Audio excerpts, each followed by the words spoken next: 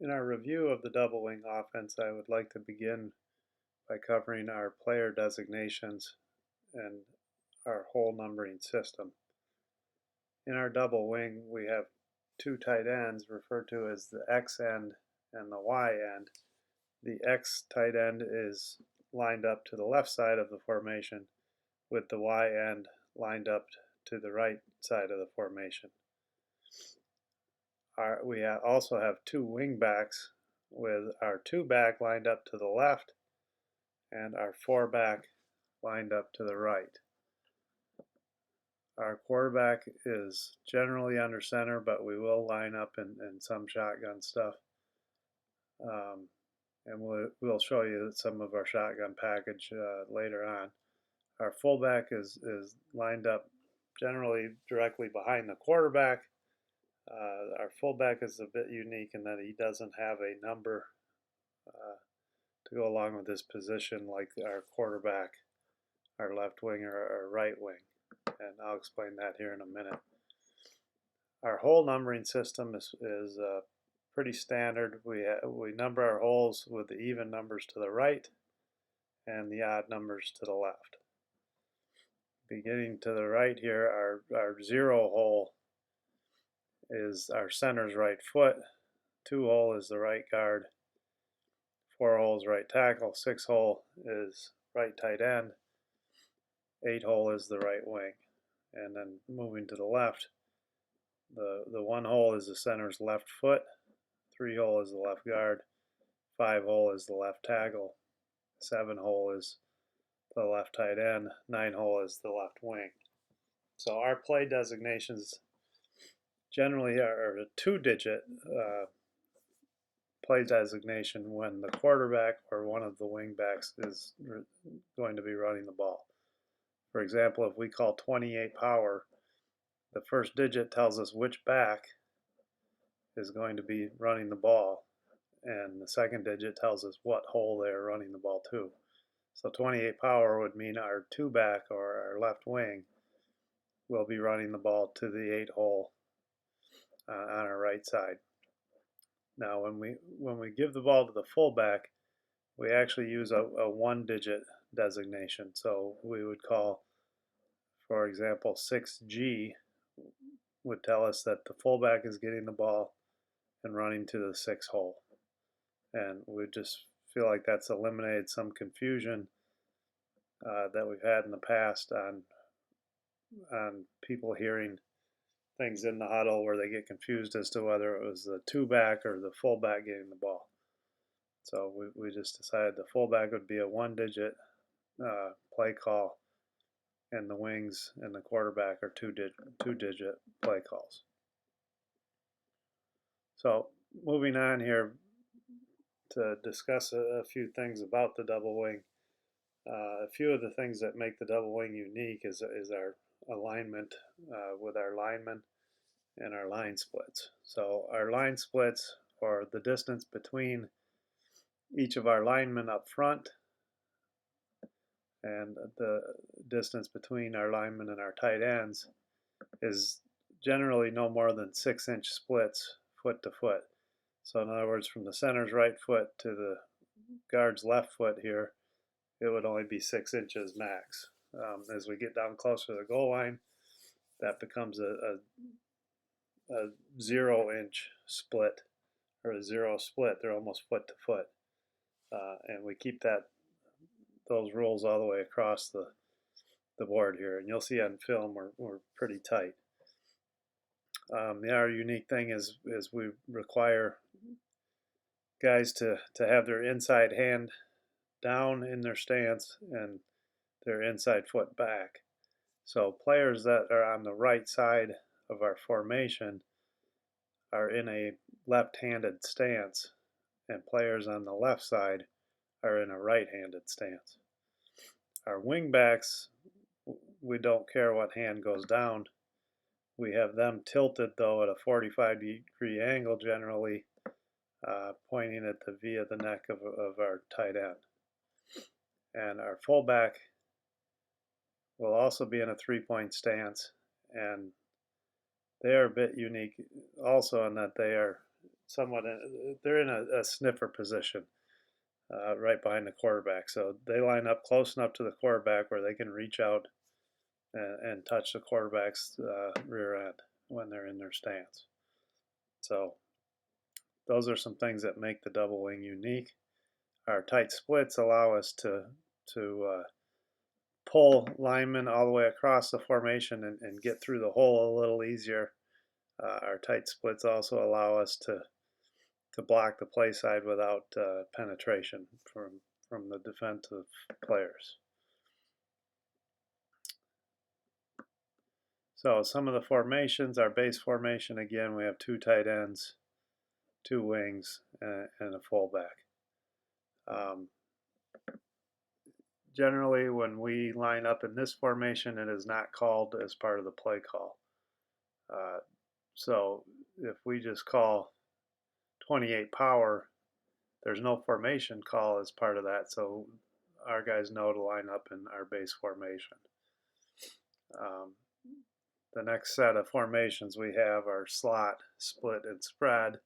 Slot tells our tight ends to split out into like what we call a flex position, where they're 4 to 5 feet wide of the wing back. A split formation means that the tight ends are going to split a little farther out by the numbers in a traditional split end position. And then spread means both the tight ends are going to split and the wing backs are going to split as well. So we have slot, split, and spread. So if we were to call 28 power and we wanted them to line up in a slot formation, we would call slot 28 power. So we do have some other formations here, unbalanced. Over formation is where we bring the X end or the left end and bring him over to the right side. We can call over slot and bring him over, and he's in that flex position. Under is the same formation except to the left side, so we'll take the right tight end, bring him over to the left,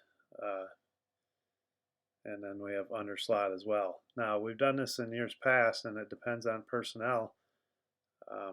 You can bring your left end over and line him up as the guy split out, or you can bring your left end and line him up in a traditional tight end position and bump the Y out. That just depends on you know, say you have an X end that's a better blocker, you bring him over, keep him in the formation, and bump the Y out. You can do that either way. And then we have some traditional formations that we call right or left, which look like traditional wing T formations, where instead of having 2 wings now in our right formation, we'll bring our left wing and put him into the backfield.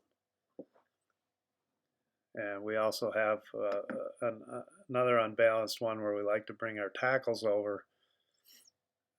Brown formation means we take the left tackle, bring him over to the right. Black means we take the right tackle, move him over to the left. And this allows us to keep both of our ends as eligible receivers and still have a 3-man surface on one side. So we like that formation when we have a good tackle and we can move him around. Last thing to review here are a few of our motion calls. The first one is rip or Liz. Rip is to the right, so that is always our left wing back going in motion to the right, and Liz is to the left, so that's our left or our right wing back going in motion to the left. These are orbit motions, which means they are going deeper into the backfield at about 4.5 to 5 yards. Here we're generally saying we're shooting for just behind the heels of the fullback as he's in his alignment. One other formation we'll cover here is our rocket and laser formations. These are our jet sweep motions. When we're under center, a rocket motion tells our wing that he's motioning to the right, but we want to be at full speed and we're running just behind the quarterback. as opposed to a rip motion that would take us in orbit behind the fullback. So we have rocket to the right, laser to the left. If we're in shotgun, these motions would actually take the wingback directly in front of the quarterback rather than behind him. So we'll move on here to a couple things I want to review is a couple of our main blocking schemes, and for us it all starts with power. Power here is shown blocked to the right. Really the basis of power is that the front side or the play side, we're blocking down and protecting our inside gaps and not allowing any penetration. Not shown here, but we would have the fullback would be coming to kick out the first defender off the edge of the formation, and then we pull the backside guard and tackle, and they will lead through the hole. Again, our tight line splits allow us to pull the tackle and get him all the way through the hole. If we had wider line splits, we probably wouldn't be able to pull that player, and we'd only be able to pull the guard. The whole point of this is to outnumber our opponent at the point of attack. So power, again, we pull backside guard and tackle. The fullback kicks out, and the guard and tackle lead through the hole. One unique thing we have for our power play is at the point of attack, we need to make an on-off call with our end based on where the defense is lined up. And the on-off call is telling our wingback if there's a double team. So if there's a defender lined head up on our tight end, we make an on call, and that tells our wingback that we're going to double team that head up defender. If the defender is inside the tight end, inside shade, then the tight end has a good angle to block him by himself. So we make an off call, and the wingback releases up inside and gets to the second level and builds a wall. And then the third option is if the defensive player is outside shade of the tight end, it will also be an off call. And there neither player touches him. We release that defensive end, and our fullback will kick him out. So we work on this on-off call quite a bit. It's a drill we do weekly. And one thing to point out, our tight ends make an on-off call on every play. The only time it means anything is when we're running power directly at them. But we need to make the call every play so the defense doesn't catch on to what we're doing. The next play I want to review here is counter, which is very similar. Our blocking is very similar to power. In counter, though, we want the action with the running back starting one direction, and then we're going to counter back with the other wing going back the other direction.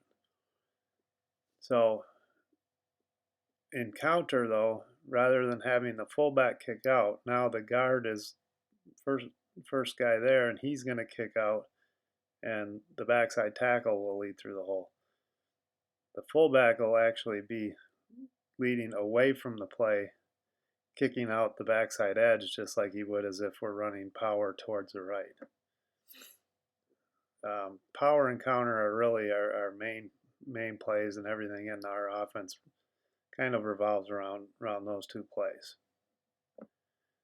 So with that, I think we'll move on to our huddle work and look at some of our specific plays that we run.